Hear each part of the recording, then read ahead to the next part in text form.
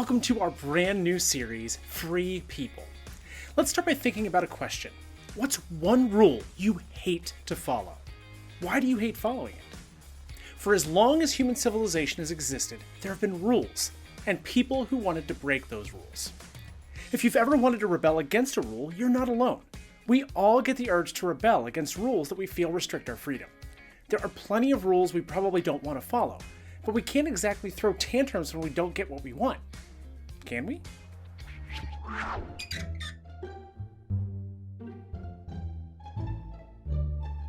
don't want to pay bills. I don't want to pay bills. I don't want to pay. I want to be there now. I want to be there now. No. I don't know where I'm going. Mama. Where's my Wi-Fi? I hate you, Wi-Fi. I hate you.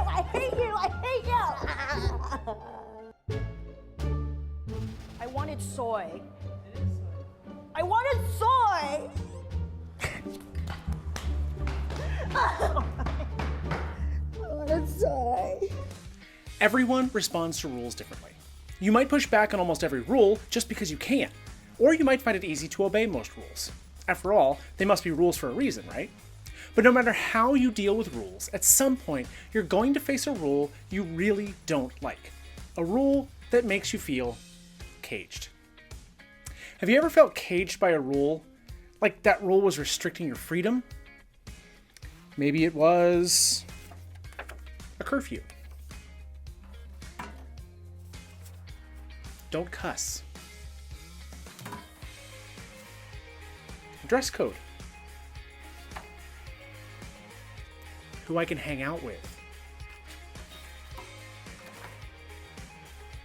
Phone restrictions. Or God says I can't. One of the most frustrating things about being a teenager is that you often feel stuck between childhood and adulthood, dependence and independence, rules and freedom. You might think you're ready for more freedom, but there are still a lot of rules and adults you have to obey in the meantime. So what do we do about the rules we don't want to follow? How do we handle our frustration about not being as free as we want to be? And if we look to the Bible for help, is it going to tell us just to obey? End of discussion? When some people think about God, they think about a list of rules miles long that don't feel important or relevant to their lives. I get that. Especially during the teenage years when we're fighting for freedom and independence, God can seem like just another person telling us what to do. This is James. He wrote a book in the Bible that has a lot to say about rules, and he has a famous brother, Jesus. After Jesus rose from the dead, James dove headfirst into spreading the good news of Jesus. He even became the leader of the Church of Jerusalem, a faith community made up of Jewish people who began to follow Jesus. James grew up in a Jewish culture with lots of religious rules. There were obvious rules like don't kill anyone, but there were hundreds of other rules too, like don't wear clothes made of more than one kind of fabric. If you find an ox on the side of the road, stop what you're doing and take it back to its owner immediately. And say goodbye to eating bacon or shrimp. Those foods are considered unclean. Maybe it seems weird that God would give all these rules, but they had a purpose. Some rules kept the Jewish people safe and healthy, and others set them apart from other nations. Others taught them how to live peacefully with each other, and many rules helped them connect with God. These rules served a purpose, but after Jesus showed up, the Jewish people who followed Jesus began to realize that things had changed. Because Jesus had made things right between them and God, they weren't required to follow all of these rules anymore. Or were they? James wrote a letter to help explain. But be doers of the word and not hearers only, deceiving yourselves. Because if anyone is a hearer of the word and not a doer, he is like someone looking at his own face in a mirror.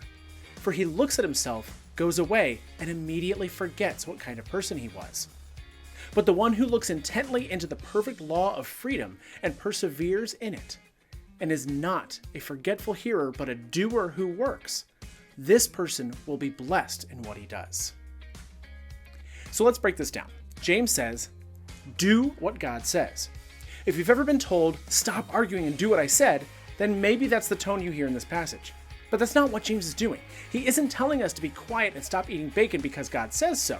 That's not the kind of law James means. So what law is he talking about? God's word helps us see ourselves clearly, like a mirror.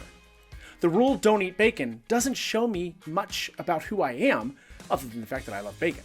So what is James talking about? How do God's laws help us see ourselves more clearly? Following God's law gives freedom. How is this possible? Don't laws keep you trapped and controlled? How can a law set you free? Well, the law James is talking about is not the list of hundreds of laws the Jewish people had followed for so long. When Jesus was still on earth, he introduced his followers to a new rule that would take the place of and complete those hundreds of old rules. This new rule changed everything. Jesus shared this new rule when he was being interrogated by religious leaders who really loved rules. These leaders were passionate about following every detail of the Jewish law, thinking it would make them right, holy, and loved by God. So when these leaders asked Jesus to name the most important law of God, they were expecting him to name a law they knew. But Jesus gave them a brand new law instead. Matthew 22. And one of them, an expert in the law, asked a question to test him. Teacher, which command in the law is the greatest? He said to him, love the Lord your God with all your heart, with all your soul, and with all your mind. This is the greatest and most important command. The second is like it. Love your neighbor as yourself. All the law and the prophets depend on these two commands. Here's what Jesus had to say about God's rules. There are two that matter most. Love God and love others as you love yourself. That's it.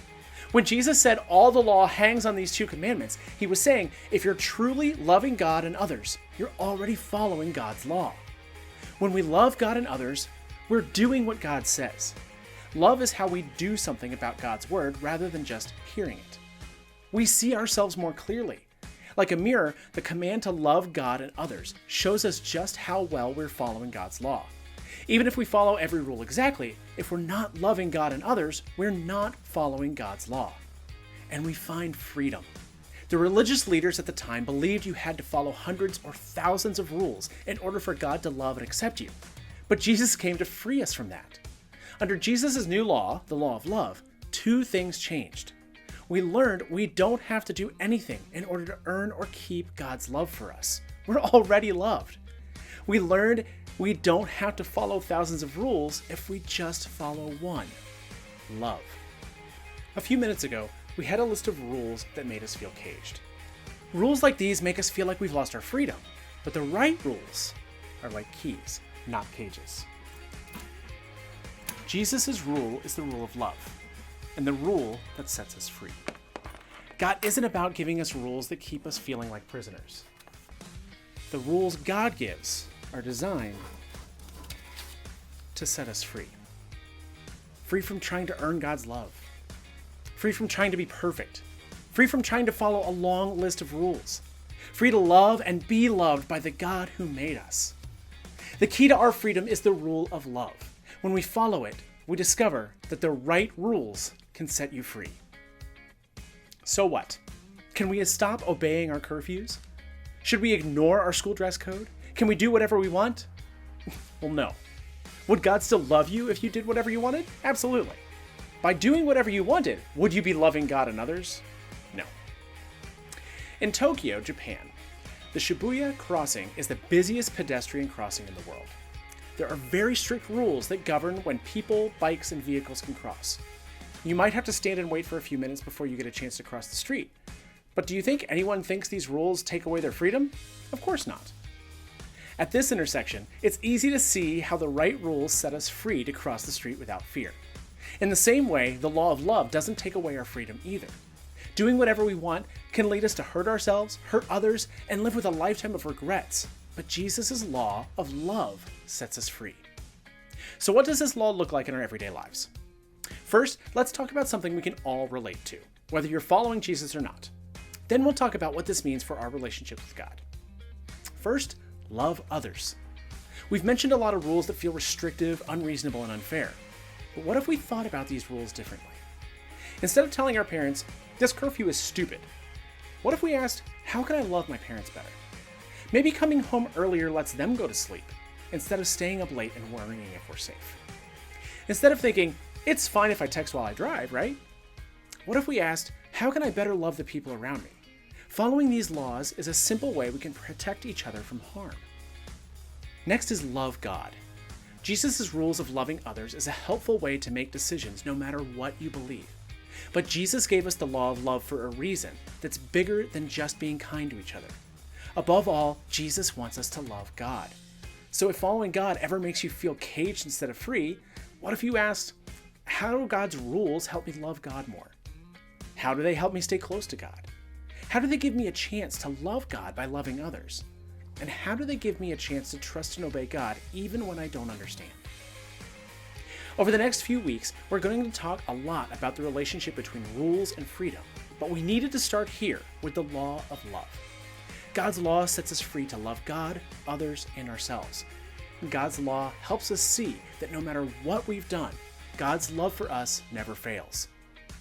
Although there will always be rules we don't like, don't understand, or don't agree with, the right rules can set you free. And according to Jesus, the greatest rule is love.